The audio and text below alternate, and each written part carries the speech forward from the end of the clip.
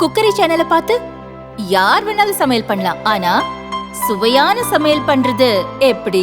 நான் இதயம் நல்லெண்ணெயில சமையல் பண்றேன். ஆஹா ஓஹோன்னு பாராட்டுறாங்க. நீங்களும் இதயம் நல்லெண்ணெயில சமையல் பண்ணுங்க, பாராட்ட வாங்குங்க. தினம் தோறும் வாங்குவே இதயம் இதயம். மாண்புமிகு தமிழ்நாட்டின் முதலமைச்சர்களுடைய துறையாக இன்றைக்கு சிறந்து விளங்கி கொண்டிருக்கின்றது. மாற்றுத்திறனாளர்களின் வாழ்வில் மறுமலர்ச்சியை உண்டாக்கும் நோக்கோடு இந்திய அளவில் வேறு எந்த மாநிலத்திலும் செயல்படுத்தாத திட்டங்கள் பலவற்றை மாண்புமிகு முதல்வர் அவர்கள் தொடர்ச்சியாக மாற்றுத்திறனாளர்களுக்காக செயல்படுத்தி வருகிறார்கள். அந்த வகையில் தமிழ்நாட்டில் மாற்றுத்திறனாளர்களின் மேம்பாட்டிற்கு அரசின் சார்பில் பல்வேறு வகையான நலத்திட்டங்கள் தொடர்ந்து செயல்படுத்தப்பட்டு வருகிறது. இந்த நலத்திட்டங்களை எல்லாம் மாற்றுத்திறனாளர்களின் வீடுகளுக்கே தேடி சென்று உலக வங்கி நிதி உதவியுடன் வழங்கும் திட்டம் செயல்பாட்டில் இருக்கிறது. அதற்கு பெயர் தமிழ்நாடு உரிமைகள் திட்டம் என்பதாகும். தமிழ்நாடு உரிமைகள் திட்டம் என்பது கடைக்கோடியில் உள்ள மாற்றுத்திறனாளிகளின் வாழ்விலும் ஒரு நம்பிக்கையை ஏற்படுத்துகிற வகையில் அவருக்கு தேவையான சேவைகளை தருகிற வகையிலான மிக சிறந்த திட்டமாக தமிழ்நாடு உரிமைகள் திட்டம் இன்றைக்கு பயன்பாட்டில் இருந்து வருகிறது.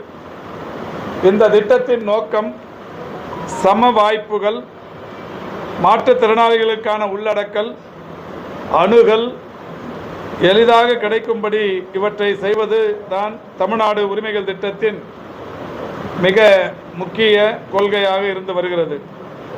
அந்த வகையில் மாண்புமிகு தமிழ்நாட்டின் முதலமைச்சருடைய வழிகாட்டுதலோடு தமிழ்நாட்டில் மாற்றுத்திறனாளர்களின் வகைகள் என்று எடுத்துக்கொண்டால் ஒன்றிய அரசு அங்கீகரித்திருப்பது 21 வகையான மாற்றுத்திறனாளிகள். கடந்த 4.5 ஆண்டுகளுக்கு முன்னால் 21 வகையான மாற்றுத்திறனாளிகள் என்கின்ற அந்த பட்டியலில் இருந்து ஒரு 5-6 வகைகளுக்கு மட்டுமே முக்கியத்துவம் தரப்பட்டது. மாண்புமிகு தமிழ்நாட்டின் முதலமைச்சர் அவர்கள் ஒன்றிய அரசின் இந்த 21 வகையான மாற்றுத்திறனாளர்களையும் இன்றைக்கு இந்த தமிழ்நாடு உரிமைகள் துறையில் ஒன்றிணைத்து அவர்களுக்கான சேவைகளை முழுமையாக பெறுகிற வகையில் பல்வேறு திட்டங்களை செயல்படுத்தி வருகிறார்கள். அந்த வகையில்தான் அவர்களுக்கு வழங்கப்படுகிற மாதாந்திர உதவித்தொகை என்பது மாண்புமிகு முதல்வர் அவர்களால் 1000 என்பது 1500ஆகவும், அதிக அளவிலான மாற்றுத்திறன் கொண்டவர்களுக்கு 2000 2500 என்றும் இன்றைக்கு வழங்கப்பட்டு வருகிறது. கடும் பாதிப்புக்குள்ளான மாற்றுத்திறனாளிகள் என்கின்ற வகையில் 2000 2500 என்று இன்றைக்கு மாதாந்திர உதவித்தொகை வழங்கப்பட்டு வருகிறது. மாண்புமிகு தமிழ்நாட்டின் முதலமைச்சர் அவர்கள் இதற்கு முன்னால் எல்லாம் மாற்றுத்திறனாளர்கள் அவர்களுடைய சான்றிதழை, மாற்றுத்திறனாளி என்கின்ற வகையிலான சான்றிதழை பெற வேண்டும் என்று சொன்னால் வட்டாட்சியர் அலுவலகத்திற்கு சென்று வருவாய் சான்றிதழை பெறுவது, மருத்துவரை அணுகி எத்தனை சதவிகிதம் அவருக்கு நோய் பாதிப்பு இருக்கிறது என்பதை கண்டறிவது, அதற்கு பிறகு மாற்றுத்திறனாளிகள் அலுவலகத்துக்கு வந்து விண்ணப்பிப்பது, இப்படி பல்வேறு வகைகளில் அவர்கள் அலைந்து தெரிய வேண்டிய அவசியம் இருந்தது.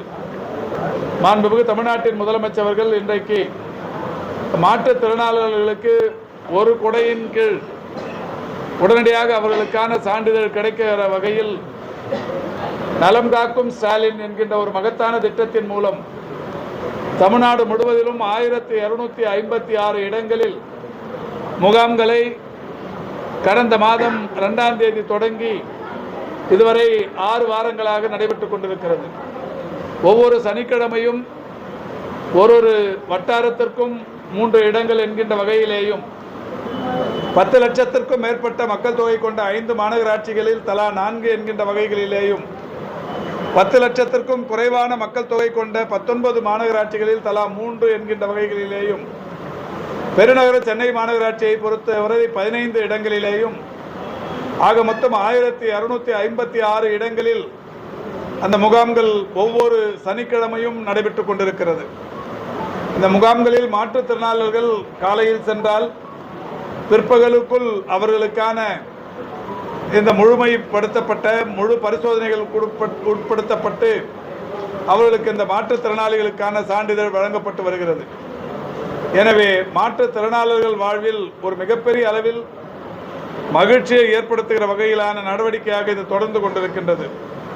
மாண்புமிகு முதல்வர் அவர்களுடைய வழிகாட்டுதலுக்கு ஏற்ப இன்றைக்கு 21 வகையான மாற்றுத்திறனாளர்கள் என்று எடுத்துக்கொண்டால் கை கால் இயக்க குறைபாடு உள்ளவர்கள், அமில வீச்சினால் பாதிக்கப்பட்டவர்கள், மூளை முடக்குவாதம் கொண்டவர்கள், தொழுநோயிலிருந்து குணமடைந்தவர்கள், தசை சிதைவு நோய் உள்ளவர்கள், உயரம் குறைவான குள்ளத்தன்மை உடையவர்கள், கண் பார்வை குறைபாடு உள்ளவர்கள், காது குறைபாடு கேளாமை குறைபாடு உள்ளவர்கள், பேச்சுத்திறன் குறைபாடு உள்ளவர்கள், அறிவுசார் குறைபாடு உள்ளவர்கள், ஆட்டிசம், கற்றலில் குறைபாடு, மனநோய், நாள்பட்ட நரம்பியல் பாதிப்பு, திசு பன்முக கடினமாதல், நடுக்குவாதம், இரத்த அழிவு சோகை, இரத்த உறையாமை, அறிவாளுன இரத்த சோகை, பல்வகை குறைபாடு என்று 21 வகையான மாற்றுத்திறனாளிகள் இன்றைக்கு அடையாளம் காணப்பட்டு அவர்கள் அனைவருக்குமே இந்த தமிழ்நாடு உரிமைகள் திட்டத்தின் வாயிலாக அரசின் சேவைகள் முழுமையாக சென்றடைந்து கொண்டிருக்கின்றது. அந்த வகையில் தான் மாண்புமிகு தமிழ்நாட்டின் முதலமைச்சர் அவர்கள் கடந்த ஆண்டு சோழிங்கநல்லூர் சட்டமன்ற தொகுதிக்குட்பட்ட கண்ணகி நகர் பகுதியில் விடுதிகள் என்கின்ற ஒரு அமைப்பை தொடங்கி அந்த அமைப்பின் மூலம் பல்வேறு வகையான தெரப்பீஸ் என்று சொல்லப்படுகிற பயிற்சிகளை மாற்றுத்திறனாளர்களுக்கு வழங்கி வருகிறார்கள். அந்த வகையில் மாண்புமிகு தமிழ்நாட்டின் முதலமைச்சர் அவர்கள் இன்றைக்கு இந்த திட்டம் தமிழ்நாடு முழுவதிலும் ஏறத்தாழ 570 இடங்களில் தொடங்கப்படும் என்று அறிவித்து அதில் இதுவரை 53 இடங்களில் இந்த விடுதிகள் அமைப்பு தொடங்கி வைக்கப்பட்டிருக்கிறது. சென்னையை பொறுத்தவரை 15 மண்டலங்களில் 15 என்கின்ற அளவில் இந்த அமைப்பு தொடங்கப்படும் என்கின்ற அறிவிப்புக்கு ஏற்ப மாண்புமிகு முதல்வர் அவர்களால் ஏற்கனவே கண்ணகி நகரில் தொடங்கி வைக்கப்பட்டிருக்கிறது. இன்று நானும் நம்முடைய தொகுதியின் நாடாளுமன்ற உறுப்பினர் அவர்களும் சட்டமன்ற உறுப்பினர் அவர்களும் மாவட்டத்தின் ஆட்சித்தலைவர் அவர்களும் இந்த மண்டலத்தின் வார்டு குழு தலைவர் அதேபோல் மாற்றுத்திறனாளிகளின் மாவட்ட அளவிலான அலுவலர் பெருமக்கள், மாநகராட்சியின் CHO, மாநகராட்சியின் துணை ஆணையர் உள்ளிட்டவர்கள் எல்லாம் கலந்து கொண்டு சென்னையின் 2வது விடுதிகள் மையத்தை இன்றைக்கு தொடங்கி வைத்திருக்கிறோம்.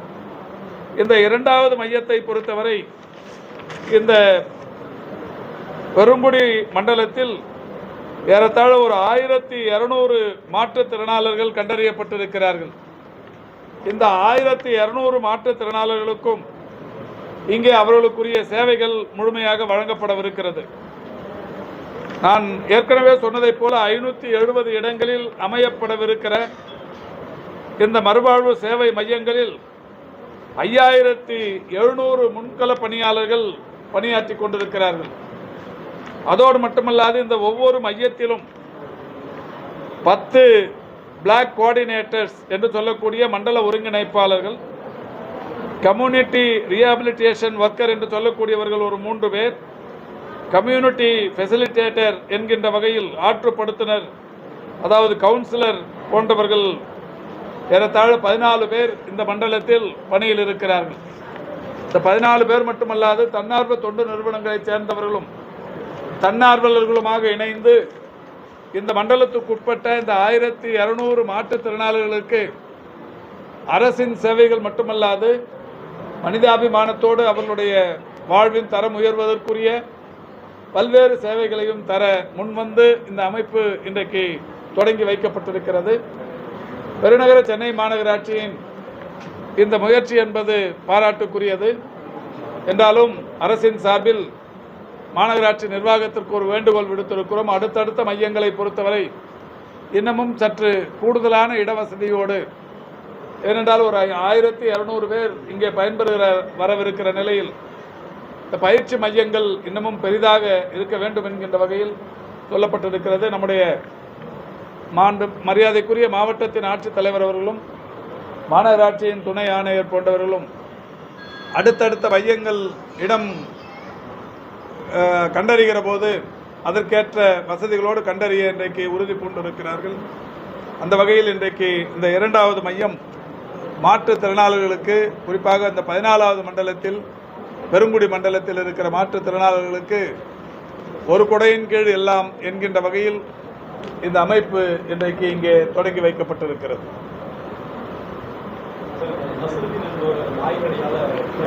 இல்லை, நேற்றுக்கு அது பேட்டி கொடுத்தாச்சுங்க. இல்லை, நீங்கள் திரும்ப திரும்ப அந்த டைவர்ஷனுக்காக வேணாம். இது நல்ல செய்தி சொல்லியாச்சு. ஒரே செய்தியை டெய்லியெலாம் கேட்டு நிற்க முடியாது. உங்களுக்கு பத்திரிகையில் இல்லைங்க, நேற்று சொல்லியாச்சு. வேறு கேள்வி கேளுங்க. நாய்க்கடியால் இறந்தாருன்னு நீங்கள் எப்படி உறுதிப்படுத்துவீங்க? இல்லைங்க, அது இல்லைங்கிற நீங்கள் மருத்துவரா? இல்லைங்க, தடுப்பூசியால் இறந்தாருன்னு ஒரு நீங்கள் தேவையில்லாத ஒரு பதட்டத்தை இல்லை தெரியுங்க. நீங்கள் என்ன கேட்க வரீங்க? உங்களை பற்றி எனக்கு நல்லா தெரியும். நீங்கள் என்ன கேள்வி கேட்க போகிறீங்கன்னு தெரியும். இல்லை, தடுப்பூசியால் அந்த இறந்தாருங்கிற ஒரு அபாண்டத்தை இங்கே விதைக்க வர்றீங்க. வேறு என்னத்தை சொல்ல வர்றீங்க? விடுங்க சார், வேறு ஏதாவது கேளுங்க. விடுங்க சார், வேறு ஏதாவது கேளுங்க. உங்களுக்கு சொல்ல நம்ம விரும்பலை. வேறு ஏதாவது சொல்ல வரும். நீங்கள் வேணும்னே பிரச்சனையை எழுப்பி ஒரு பதட்டத்தை ஏற்படுத்தி அதை நீங்கள் ஏற்றுக்கலன்னா பரவாயில்ல. நீங்கள் ஏற்றுக்கலன்னா பரவாயில்லைங்க. வேற யாருக்கு